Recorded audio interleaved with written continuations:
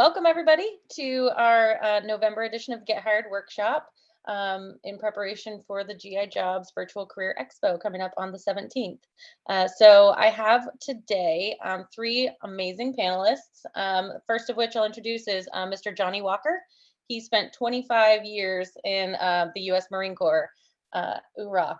And so he put in a lot of time there. Now he is currently the veteran hiring lead talent acquisition advisor for Merck, so we can get a lot of great advice from him.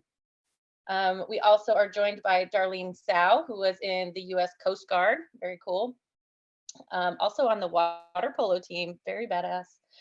That's an intense sport.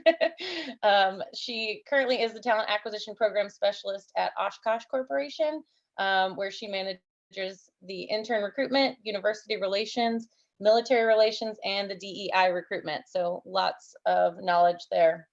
And last but not least, we have Mr. James Johnson, who was in the U.S. Army for 25 years. He spent most of that time recruiting and working with the recruiting as a whole, and he loves it. He says his work is his life, and he loves his life. I really like that. So excited to hear more from you guys. And for those of you who are joining, just so you are aware, we are also giving away a $100 gift card to one lucky participant who stays throughout the duration of the workshop today. So if you make it through the whole time, then you get put into a drawing for that. But you do have to stay the whole time, and it's a $100 Amazon gift card.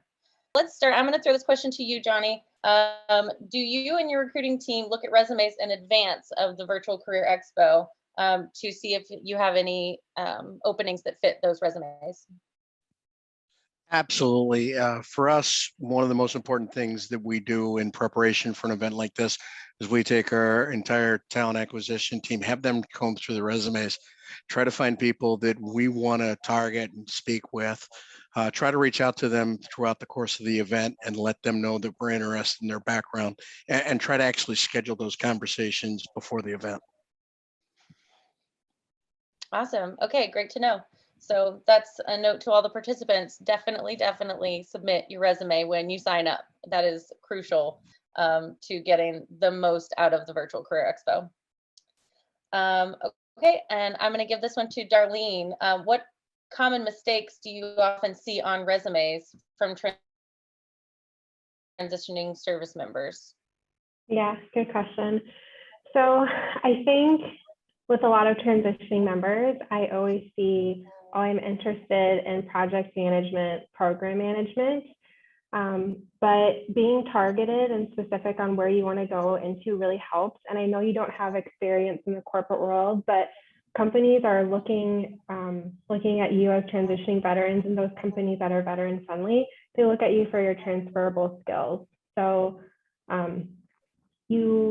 it's really your chance to start fresh. And just because you were in aircraft maintenance or in operations in the military doesn't mean that that aligns with what you want to do. So whatever field you want to go into that you're passionate about, and if you're interested in HR, tailor your resume to HR. If you're interested in supply chain, tailor it to supply chain. So I think by being broad, it sometimes hurts veterans because they don't know what area they want to go into. But the more targeted you can be, the better chance you have of getting the position, because then we can make sure we're sharing it with the right person. Our position aligns with your interest, and it's a win-win for both. So I think being targeted with what you want to do, it's okay. It's okay if you don't have that background in the military, but designating that somewhere on your resume would definitely help.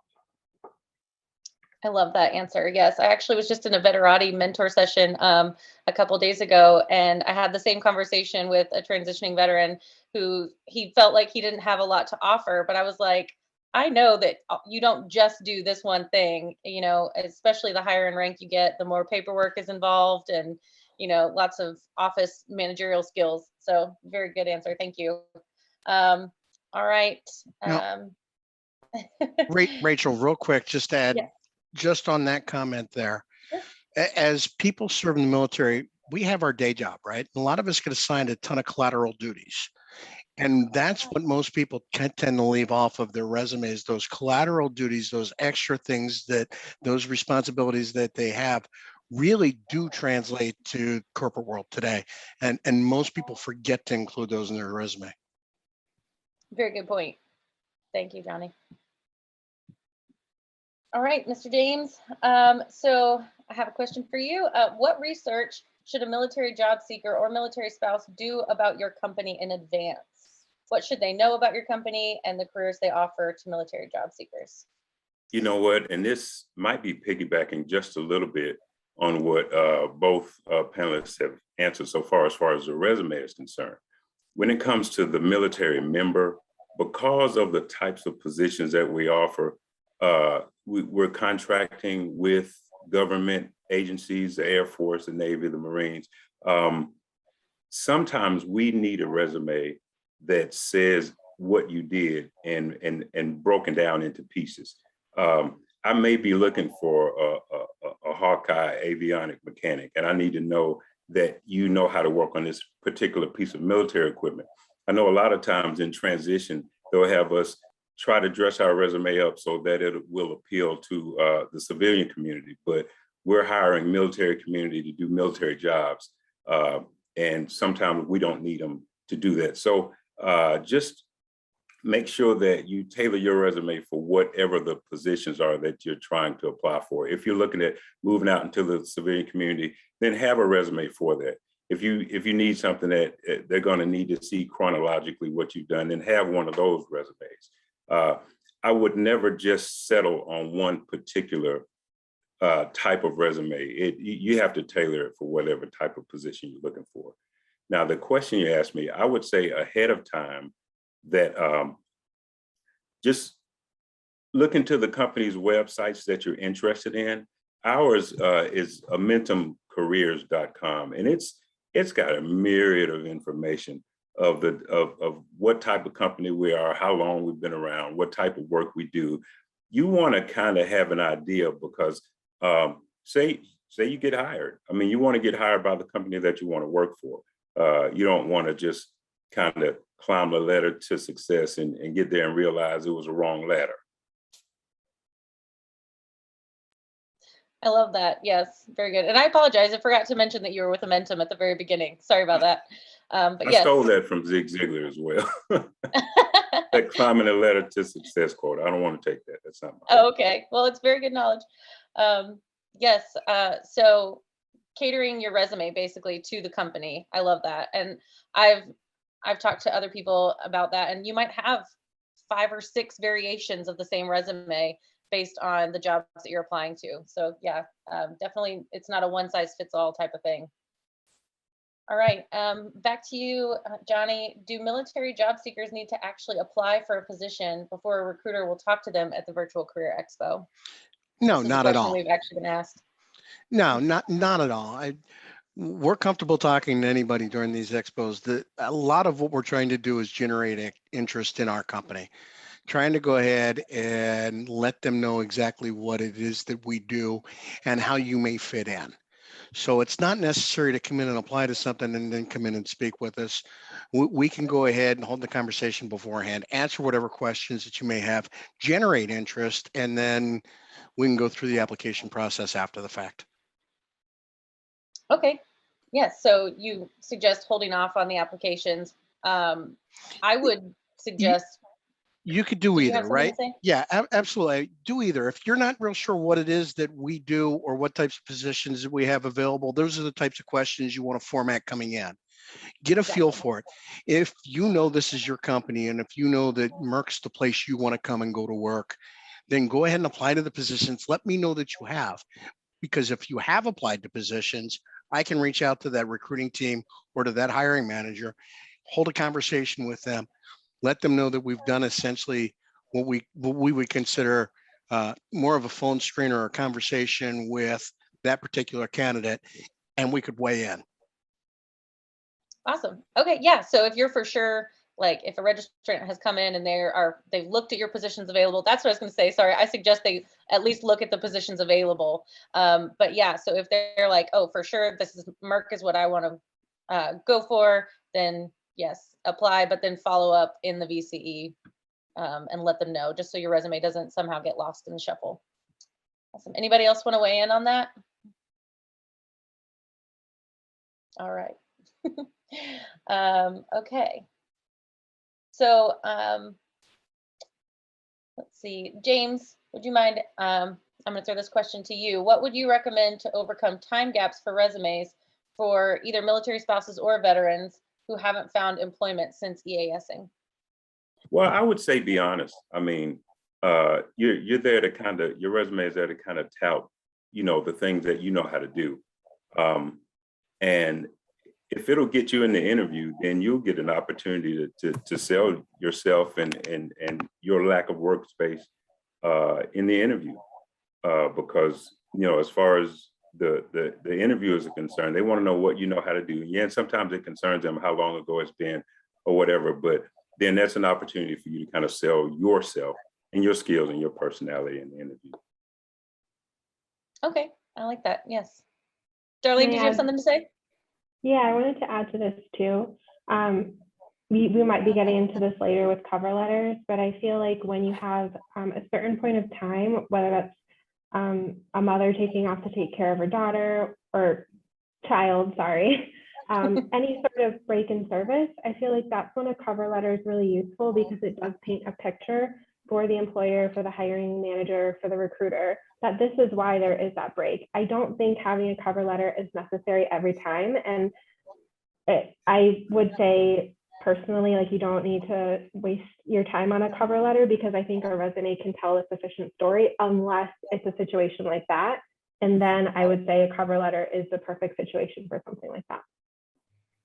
Okay, great advice. I am a huge fan of cover letters personally, but I'm also a little old school. Johnnie, how do you feel about cover letters at Merck? Cover letters, unless they're actually directed to a particular position, they're a complete waste of time. If you go ahead and target that cover letter to this particular position and why you're a fit for this position, that is something we welcome, and that's something that we will take the time to read and go through. The overwhelming majority of people do a generic cover letter for a very generic position, and it doesn't have anything to do with what we're listing or advertising or looking for. So it depends. It's one of those really convoluted answers. If you know the position, incorporate that cover letter, it'll score some points. All right. Anything to add on cover letters, James? Honestly, when I look at a resume, depending on the position that I'm hiring for, I'm going straight to the guts because the cover letters can say anything, and they say some great things. But if I'm looking for something specific, I don't have a whole lot of time to get into reading a lot. I'm looking for something specific, and and that's what I'm looking for. I rarely get a chance to be able to study a cover letter and make a decision. That's not the decision maker for me if he's got a great cover letter. My decision maker is if this person meets the minimum qualification for a position that they're applying for. Okay, all right. I think we have a clear consensus there. So yeah, cover letters have a purpose, but in general, not necessary. Don't waste your time or stress over it unless you have something more to say. So really good advice there. What else we got on here?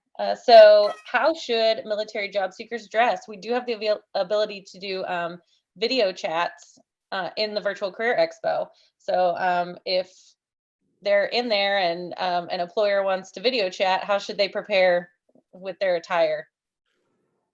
James? That's a good question. And you guys, just for the record, I am wearing pants. So I would suggest that everybody at least wear pants. Mm-hmm. It really kind of depends on the position as well, because if I hire a mechanic, I wouldn't expect them to come in a three-piece suit. I would expect them to be comfortable, and then you are at home. But then you have to understand that you want to be professional. If you're applying for a position as an administrative position or an executive position, you want to dress that part. But I got a feeling that most of the folks who are applying for the positions kind of know what the dress is for their type of interview. I agree. Yes. And when in doubt, just take it up a notch. Don't ever go down. You know, if you're like, oh, am I overdressed or under, you know, always do the over instead of the under. Nice. Okay. Let's see. So what advantage does submitting a resume in advance give a military job seeker? We touched on this earlier with, does your team look at the resumes? So I guess what disadvantages would it bring to not submit a resume? Because some people might say, well, I'm not really sure what I'm looking for. I don't want to put a generic resume on there because now I've just been told I need to have custom tailored resumes. Would it be better to have just a general one on file or wait? What would you guys suggest? Darlene? I would suggest submitting a resume earlier because it just puts your name in front of the recruiter sooner and they have more visibility. And it's okay if it's generic, the more tailored, the better, but that's okay if it's a generic resume. I agree. I think that's good. Johnny, anything to add?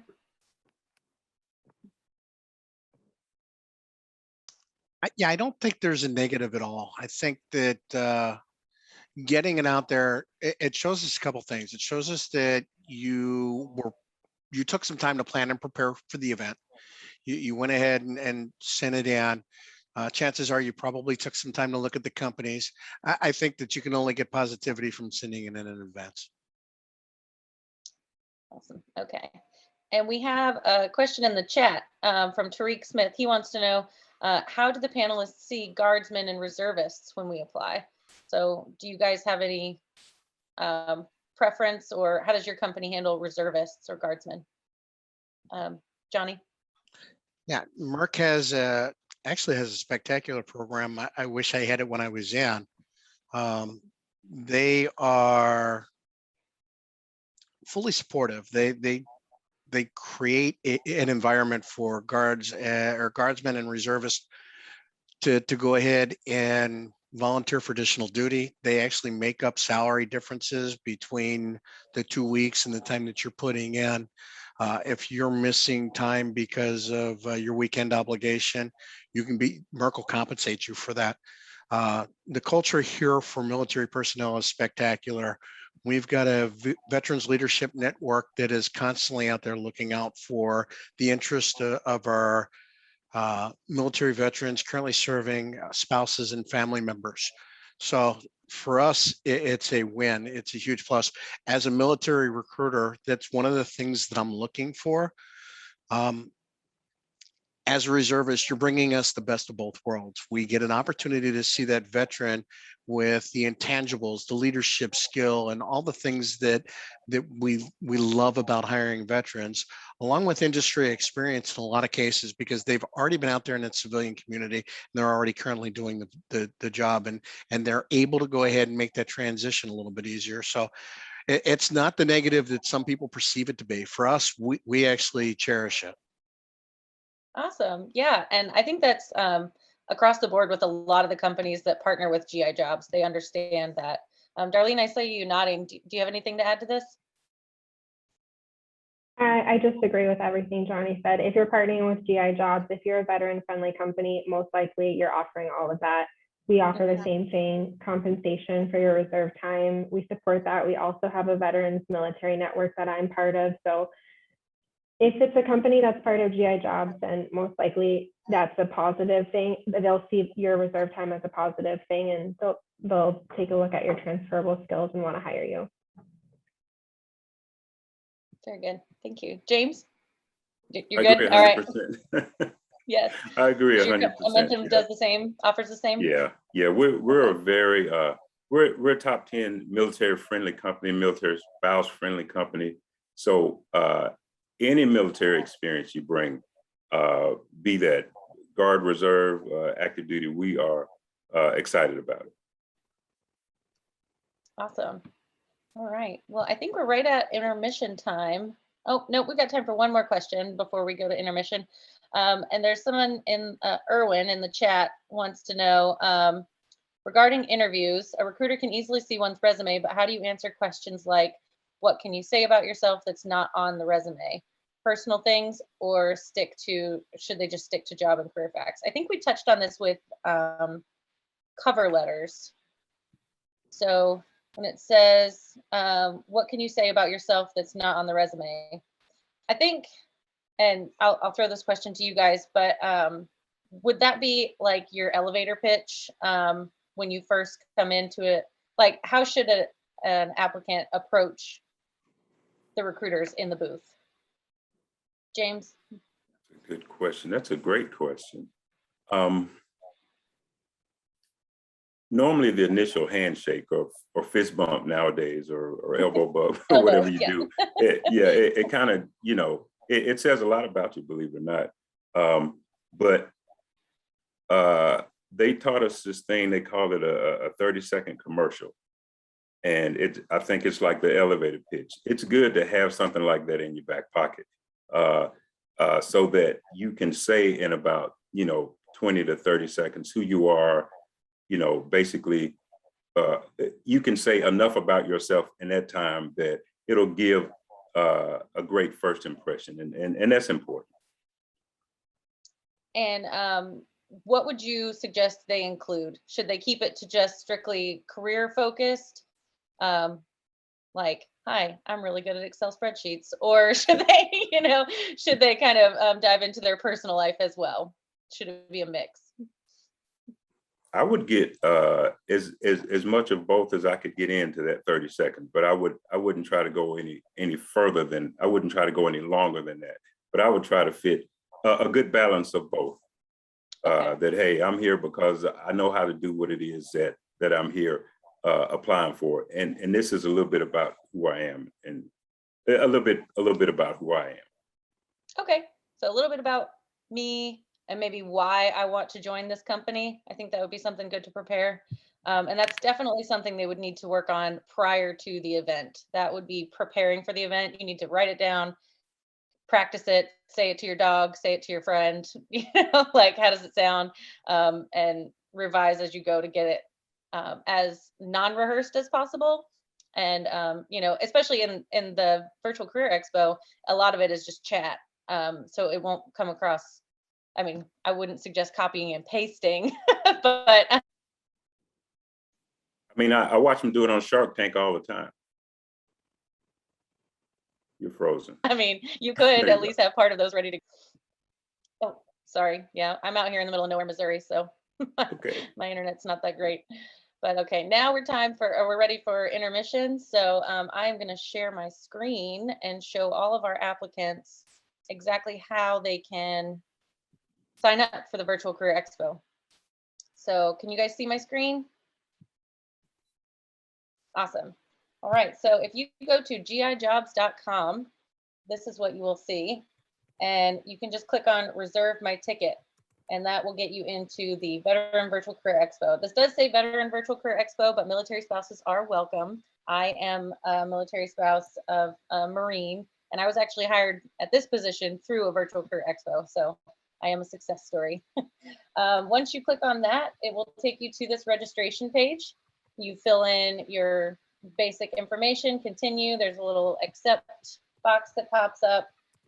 And once you are in, then you will see this. This is your registration page. So this is my information. You can fill this out. I have my resume already on file here. This is where you add it. So you just click select file, upload your resume in here. You can actually, I need to do this. I have a LinkedIn profile that I can link in here, and then that gives the employers a chance to see all this information that's connected to your profile. So it's just another way for them to reach out and find you. You do your basic area of expertise. Are you you can say which service branch you were with, fill all this in. So the more of this that's completed, the better, because this is where the employers are going to be able to see your information. So registrants, definitely fill this out as much as possible. And then you can update your profile. You can put a picture in, set your time zone, so you'll get notifications at the correct time, because this is a nationwide event, but we are going off East Coast time. And yeah, so this is how you do it. Then you can go right into the lobby and see the employers. So I highly suggest you come in here, check out the employers. You can click to enter any of them. And we have some schools in here as well, like California Institute of Arts and Technology is just one of the booths that we have. You click on their programs, their About Us. A lot of these companies will have a video that you can watch real quick and see just kind of what they're about, get a feel for their culture. Oh, here's Oshkosh. We'll use that one. Yay. So yeah, and when you're ready to chat, there will be, once the Career Expo is live, then you'll push this little green button and you can start chatting. So it's very user friendly, and your chats are actually saved for you. So employers and registrants can review those. And so you can, if you come in here and you speak to every single one of these booths, if you're a registrant, you can keep track of those and, put names and get the right follow-up email names when you're doing those. So if anybody has any questions, throw them in the chat. I see one question came in from Broderick, says, should I submit that I am a protected veteran on the application due to my disabilities? It's confidential and I don't want to go into my medical conditions in the interview process. I don't think you have to, right? No. Johnny? No, you don't have to. There'll be a question where you can do a voluntary disclosure. They're not going to go into detail or ask you what the disability is or what the rating is, but I would advise that stigmatism is no longer what it used to be. If you do have that, it's probably considered more of a plus right now for most companies across the board. But again, that information is still protected and private. It's a yes or no question that we're going to be asking, and you can choose to go ahead and answer that if you want to. Okay, thank you. All right, so for this next portion, I do want to remind you guys, if you are staying on till the end, you will be entered to win a $100 Amazon gift card. So stick around. We've got lots of good information. And it's gijobs.com. That's all you need to type in to get to the Virtual Career Expo and register, and then submit that resume. Get that all your information in your profile and set that up. So, but for the second half of this, we're going to talk about the workshop. We're going to talk about what you should do actually in the Virtual Career Expo. So once you've prepared, now we're going to dive into some questions on how you should conduct yourself in the actual career fair. So let's say a job seeker has researched the top companies they want to talk to, researched the roles available, and perhaps applied for them. They've completely filled out their profile and submitted their resume in advance. All right, so those are the things you need to do. Now it's the day of the Career Expo. They're coming in your booth. What should their introduction or opening question look like to better their chances of engaging with one of your recruiters? So we talked about that 30-second commercial, 20 to 30-second commercial. Is that what you guys would suggest they start off with right away? Darlene? Yes, I would start with your 30 to 45-second elevator pitch, like Jane said.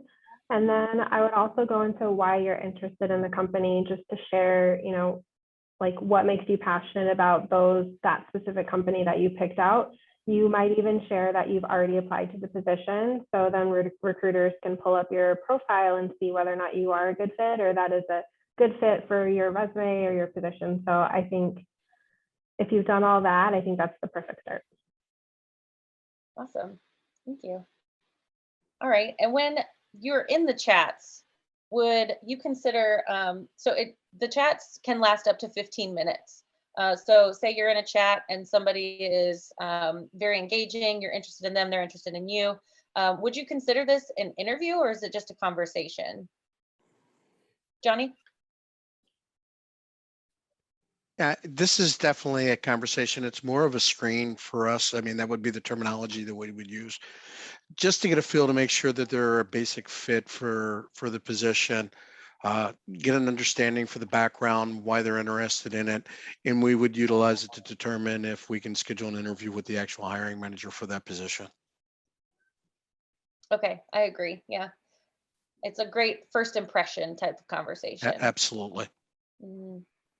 Anything to add, James? Well, I was going to say, in some instances, I may be acting as a hiring manager. It just depends, because we're contractors. We've got sites that are all over the world.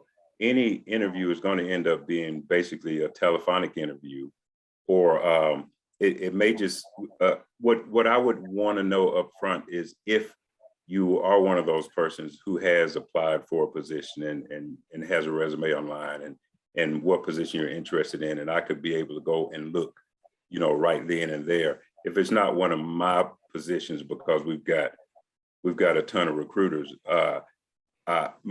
my offer has always been, if you go on our website and you find something you're interested in, let me know what it is. I'll look it up and I'll get you a conversation with the recruiting representative that's over that position, because from the recruiter to the hiring manager, there's no middle person between them. We've built enough trust with our sites that we can, let them know that, hey, I found a good candidate. Can you talk with them? And be able to get interviews like that. Okay, that's a really cool process. Good to know. All right. Next question. How likely are they to invite a job seeker to come up on video? So what would prompt you guys to want to do a video call? James, you don't want to? You don't? Nothing? I don't mind. Don't be shy. Look, I'm wearing pants today. That's all I'm promising. Yeah. Oh, okay. I'll make sure I have some on the 15th. No, I don't mind, really. I've never done it as far as the hiring events, but it sounds like something that would be fun. Okay. Now, So I guess registrants can take that to be not a sign of negativity if they don't get invited to a video chat. Okay. All right, Darlene, do you have something to add to that? It's just because your recruiter's not wearing pants. That's all. I would say I think we always start with chat, and if we're able to answer the questions easily through chat, then I think that works fine. But if if you guys are asking really good questions that might need a longer response, or you guys want to do a little bit more explanation, sometimes I'll ask if you want to hop on video or on phone call, whatever you guys prefer. Some people don't like being on video, and that's fine. I want to make sure you're comfortable when you're chatting with us. So I think if you have like really good questions and it's just kind of taking a long time to type through, don't be afraid to ask, is it okay if we go on video, or is it okay if we do phone chat, just to make it a little easier? That's a really great suggestion. Yeah, asking for the video chat if that's what you want. So I like that a lot. I hadn't even thought of that. So yeah, it's not taboo to initiate the video session. Cool. Johnny, how do you feel about video chats? I actually prefer them. First of all, I don't type that well. And I'm not going to go ahead and be able to chat and hold that conversation. So I would prefer to at least go to audio. If I can go to video, that's great. They're a lot quicker. You can go ahead and get to the point a little bit faster. And it's a lot easier to understand context when it's spoken as opposed to the way it's typed. So you get a better feel for the candidate. So whenever I can go virtual and I can hold that video, I get to see other things too. I get to go ahead and see the environment that they're in. Did they go ahead and get themselves separated? I can go ahead and take a look at their mannerisms. I can look at their body language, find out if they're interested in the conversation or if they're just kind of passing time. Anytime I can go virtual, I'd prefer to be in that environment. Awesome. Yeah, I really like that, getting to know a person, their mannerisms and everything. Like, it just really helps to put a face and a voice to a person. All right, that's a wide range we have from the different panelists, so that's good to know. All right, what is more important to the recruiter, the job seeker's specific skills or their personality? So that kind of bounces off what you just said, Johnny. I'll let you continue. What do you think is more important? It's a combination of the two. I mean, the personality coming out. One of the things that I typically want to find out about my hiring manager and the positions that we have, and you got to understand with Merck, it covers a wide variety of positions, everything from mechanics to scientists to senior VPs. We've got to go ahead and find that fit. And a lot of it comes from culture and climate. So getting the feel for the personality lets me know where you can fit in best. The skills are obviously important. You got to have the skill set, whether it's the transferable skills or the industry specific. The personality is really important for that particular field or that particular group that I'm working with. That makes a lot of sense. So it definitely depends on the job for sure, but it's a combination like that. So next question, what level of education do your positions typically require? This coincides with one of the questions we got in the chat. It says, are these jobs entry level or more senior level if the experience warrants it? So Darlene, I'll let you speak on this one. What level of education do you typically require? Yeah, so most of our office jobs do require a 4-year degree or an associate's degree. We do have a lot of production manufacturing jobs like assemblers and welders that you would need maybe like a technical background or you don't know degree required, but for most of our office side jobs, a degree is required. All right, James, Well, what does Amentum typically require? Typically with us, taking into account that a lot of our jobs follow the military around. So whatever it took them to get into the military, which is normally a high school diploma or equivalent. But then again, it really depends on the position that you're applying for. Sometimes the positions may require a certain military school. If it's a mechanic on a particular military piece of equipment, then we may require that you've gone to that school and learned how to do that. Or, I mean, we've got maybe around 500 positions that are aviation. And if you've got a AMP license or you've gone to that military school, then we're okay. But as far as education, typically a high school diploma or equivalent. All right, nice. All right. Yeah, so there's a lot of different availability throughout, especially just from your company to Darlene's, and then Johnnie, what does Merck typically look for? Well, Merck, we have pretty much every opportunity out there. We've got people that are returning to the workforce. We call it the Reinvent Program. This is an ideal situation for spouses who may have taken some time off and have to go ahead and re-enter the work world. We've got everything from mechanics and trades where we've tailored military schools and military trainings to equate to either the Department of Labor or journeyman status so that they can transfer directly into the position based off of the experience to our engineering and our scientific and STEM based degrees that Merck typically has to have.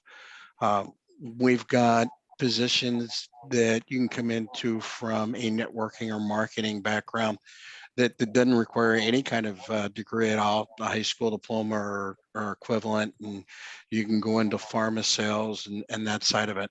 It's just a really wide range of opportunities depending upon where it is you want to go and how you want to get there. Awesome. That's really exciting news for our registrants. Yeah, so there's something for everyone, really. That's one of those, I'm sorry, that's one of those big things that we try to, most people, when they look at Merck, they see a company that is either pharma reps or lab coats, scientists, and they don't realize that we've got everything in between. All right, very good. Yes, do your research, registrants. Merck has something for you. All right, so assuming that you as the recruiter are interested in a registrant, what would the next step likely be? Darlene? I think next steps from there, typically someone on the talent acquisition team would reach out to you to either schedule a follow-on call or maybe even schedule an interview. I don't know if I have anything else to add to that, but yeah, if we're interested, we'll reach out to you. But it also doesn't hurt to follow up with us after the career fair too, whether that's connecting on LinkedIn, or if they did provide any way to contact them, like sending them a thank you note. Like, I really appreciated connecting at the career fair. Look forward to this application process, or whatever your conversation led you to. I love that. Thank you notes. Yeah. So like, just a quick email. So would they, would the registrants get that information from you? Or I guess they can see your email address right there on in the booth, correct? I think the booth owner's contact information is, I don't know if every registrant is, but I would say even if it is through just LinkedIn, like a quick message on LinkedIn, thanks for your time, I really enjoyed learning. It gives, again, more visibility to your name, and kind of establishes that connection, just reiterates that. I really do. Yeah, the LinkedIn connection is great, because then that's another way for them to sell themselves, set themselves apart. So they're not just a resume or a chat. Now they've got a picture and a little bit more about them. So registrants, if you don't have your LinkedIn profile set up, definitely get on that and make it professional and tailored to who you are and your experience. There's lots of support online that you can get to find out the best way to set up your LinkedIn profile. All right, so if a participant does get the opportunity to interview, what's your top piece of advice that will help make a positive impression? James, what's the best way to make an impression with you on an interview? Well, you know what? I don't do as many interviews as, I am talent acquisition. I do make a lot of phone calls, and I talk to a lot of people. But the thing that sticks out to me isn't what would probably be important to an interviewer, because I'm at the point in the process where I'm determining if a person's qualified or not. And that's the big thing to me. If a person brings their qualifications, I'll sell them to the interviewer, and then leave it up to them to kind of follow up from there. But I guess if it was me interviewing, I'd want to have a good appearance and just a decent personality. I mean, but in my case, a personality has never stopped anybody from making it through me. Because I understand that we have all types. There are all kinds of fish in the net, and if everybody needs a job, whether they have a bad attitude or not, they still need a job. And when it comes to me and qualifying, I'm really looking at those qualifications, and then I do leave it to the hiring manager, but I don't even expect them to make decisions solely on a person's personality, because some of the jobs that we're hiring for, finding a person for them is like finding a needle in a haystack. And regardless of how they come, I've hired a lot of prima donnas, and I'll continue to do it. All right. Okay. So yes, a mix of personal and professional information there. Johnnie, what would be your top piece of advice in an interview? Be prepared. Know the company. Love that. That's got to be. They want to know that you've done your homework. They want to know that you've actually taken some time to see what the company's about. Review some of the job description. Make sure that you know how your transferable skills or industry skills will relate to that position. And if you can demonstrate that to the hiring manager, you've got the job. That's the biggest key. So if you haven't prepped that job description and you haven't read it and you're not prepared to discuss how you can handle it, you're probably going to walk away wondering if they're ever going to call you back. But if you know how you can go ahead and fulfill the responsibilities of that position and demonstrate it through the interview, you've won. You've knocked it out of the park. That is excellent advice. I have sat on some interview panels that are just cringeworthy, because the applicant is so unprepared and the silence is deafening, and you're just like, oh, this is painful. So yes, being prepared is excellent advice. Darlene, anything to add there? I think just to reiterate, if you haven't heard of it yet, look it up, the STAR method, being able to provide clear, succinct answers to questions and provide examples to back it up. If someone asks you, what is your greatest strength? And you just say, I'm hardworking, give them an example. Don't just say I'm hardworking, give them an example. So it kind of goes in line with Johnny's, like be prepared, have examples ready for when you get into the interview, because the interview is your chance to tell your story of what's not on your resume. Once you have that interview, you know, they have your resume, they know your qualifications, they know your skills. Tell them what they don't know and tell them that story. That's really great. Yes, great advice. And I was saying it earlier, practice. You need to practice, whether you are just sitting there telling your dog what your strengths and weaknesses are, you need to practice, because those questions are going to be asked. And just having spoken the words once or twice or 5 times is really going to help you sound more confident and eloquent in an interview. All right, real quick, what is one piece of advice on what not to do in an interview? Darlene, since I've got you.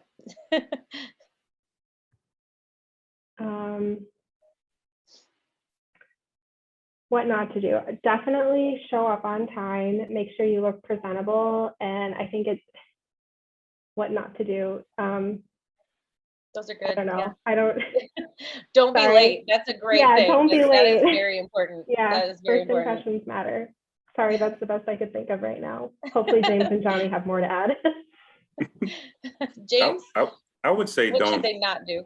I would say don't embellish your qualifications. I mean, be honest about what you know how to do and what you don't know how to do, and apply for positions that you feel like you qualify for, versus you know, just throwing your resume up against the wall and seeing if it sticks, because there's a good possibility if you don't qualify that you're not going to get picked for the position, because these interviewers know what they're doing, and they know what questions they ask, and they know what answers that they're looking for. So when it comes to technical positions, at least, I would say just be honest on your resume and be honest in your interview. That's great advice. Johnny, one quick thing they shouldn't do. Do you have anything to add? Yes, absolutely. And it's the biggest mistake most people make. They talk too much. All right. Darlene said it earlier, you have to be succinct. When the question gets asked, make sure that you answer the question, but then stop. Don't go into rambling. I've seen so many people talk themselves out of jobs because they just didn't know when to keep quiet and listen. So don't talk too much through the interview. You're not interviewing us, we're interviewing you. And as much as you want to try to go ahead and turn the table, it's not going to work. We do this for a living. We do it all day, every day. So know when to keep quiet. Great advice. All right. Well, that's all the questions that I have. But I see we have several questions in the chat. So I'm going to go back in here and see which ones I have missed, because I know we addressed a few of them. Let's see here.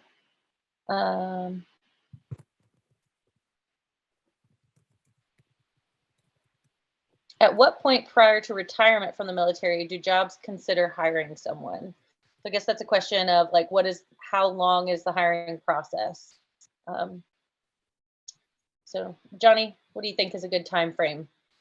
Well, SkillBridge is 6 months. We've got Hiring Our Heroes, which we participate in, is approximately 12 weeks. I typically recommend that at about that 6 month, you're starting to go ahead and look and explore, and we will put positions out for that long. Our onboarding process or our hiring process is 4 to 6 weeks. So if it's somebody coming in, whether it's out of college or university or coming out of the military, 6 months is not out of the norm for us to go ahead and hold a position and to book a forward start. Okay. James, what's the time frame at Amentum? It kind of depends, because most of our positions are contract positions. So if a position comes available, it's because we need to fill it. 4 to 6 weeks is a good average time to get it done. The application process is a short process. It's easier than setting up a Facebook page. And we do that deliberately because when you look at sites like USA Jobs, though it takes, I don't know how long to get through the process of just saying you're applied. We purposely set up a system that would, take all of the fuss out of applying. It's just a profile and uploading your resume. Now, from the time you talk to a recruiter to the time you start work, 4 to 6 weeks, just depending on where you are in the world and where you need to get to. If it's a local job, 2 weeks sometimes. Okay, yeah, so it's a pretty decent span there. So I would say it's not, there's no harm in starting early and then, No. yeah, so 6 months, I think, is the consensus. Yeah, because we do have positions now. If they're overseas positions or if they're positions that require clearances and different background, it may take longer to get a person to work. I've always recommended to anybody, regardless of how far out it was, if it's not a year out, at least start shopping around. And when it gets closer to time for you to be serious about it, just go in. Yes, for sure. And I would say if you have absolutely no idea what it is you're looking for, to start even earlier to see what the market is like for that industry. Yeah. Darlene, did you have something to add? Oh, okay. I saw you just took yourself off mute. Sorry. All right. I did. Sorry, I didn't want to cut James off, but if I could give any advice for early, it's never too early to start networking, whether that's connecting with employers on LinkedIn. I would honestly start that 1 to 2 years out of your retirement or your transition. But just know that most employers, at least here at Oshkosh Corporation, we don't hire for like 30 to 90 days out from when we're looking to hire. So it's you would need to wait until closer to that transition date, like a few months. We do make exceptions for college grads and military veterans transitioning, but most companies don't look until closer to your separation date. But I would recommend connecting with any companies you're potentially interested on LinkedIn. You can look up talent acquisition, HR, or even like engineering if that's what you want to go into there. Connect with them, send them a message, tell them your story, and start expanding your network now. Great advice. I think Johnny agrees. Yeah. Yep. All right. So I see this question and I really like it. It's from Eric in our chat, and it says, if we aren't a perfect fit for job A, the one we put in there because we applied too high, or would we talk about where else we might effectively work towards the future? So if someone applies for a position, do you guys hold on to those resumes, or do you just say, okay, no, this doesn't work, and move on? Should they apply to multiple positions? You know Johnny? what I suggest? Go ahead, Oh, I'm sorry. No, you're good. I was going to say, we have an applicant tracking system. And when a person applies to a position, their name and resume is in our database. And when we're looking for people, we source resumes from our own database. Of course, we use everybody else's as well, but we source from our own database. So get applied to something to get your information in the system. And then if you don't see anything that works for you right now, you may just get a call of somebody who's looking for a particular skill. And that's the first place we go, is to our database to see if there's anybody that's qualified for these positions, because we already know that they're interested in the company. Okay, great. So it's really good to know that you guys do keep those resumes and continue to work through them. All right. Erwin had a great question. Pardon? Real quick, sorry. Rachel, we collect the resumes at Merck, and I'll take them. I mentioned earlier, I've got the Veterans Leadership Network. If I have a good conversation with somebody and it looks like that they're going to be a fit somewhere, we're just not sure, we'll share that within the Veterans Leadership Network. There's close to 5,000 people. So there's a ton of people in there that are in the hiring process, and they can take a look at this resume and see if they're going to be a fit. So if you're in a conversation with me, typically I'm going to ask for your resume, and then we're going to go ahead and share that to our veterans community. Oh, that's amazing. That's really good to know. Okay. So Erwin has a question. If you've not completed a college degree, but you're either working towards it or have college credits, how would you address that in the profile where it says it only gives the option for what you've completed? So should they, how is pursuing a degree completion looked at, I guess? How do you guys consider those? Darlene? Yeah, this is a really good question. So on your resume, I would definitely put your anticipated graduation date. So if you're applying now, but you're graduating in 2022, like May 2022, I would put that on your resume. As for the application itself, I could go either way because you don't really want to lie on the application, but at the same time, some of these companies have automated just disqualifiers. And if a minimum requirement is a college degree, then your application would kind of be discarded. So I'm kind of on the fence on that one. I don't want to say, you know, just put whatever, but just know that if it lists a minimum requirement on the application as associate degree or college degree for it, definitely submit your application with your anticipated graduation date on your resume. Maybe wait a little bit closer when you know for sure you're going to be graduating, and then you can list that on your application. Awesome. All right. We are almost out of time. I can see someone asked in the chat, where can they find all of the companies that are listed in this upcoming Virtual Career Expo, and gijobs.com. So go to gijobs.com, register. There it'll say, what does it say? Reserve my ticket, and then fill out your information, and you can click on the lobby, and lobby is where it'll be, where you can see all of the participating companies there. But I believe we are out of time. So thank you for everyone who has stayed through this. The link is in the chat.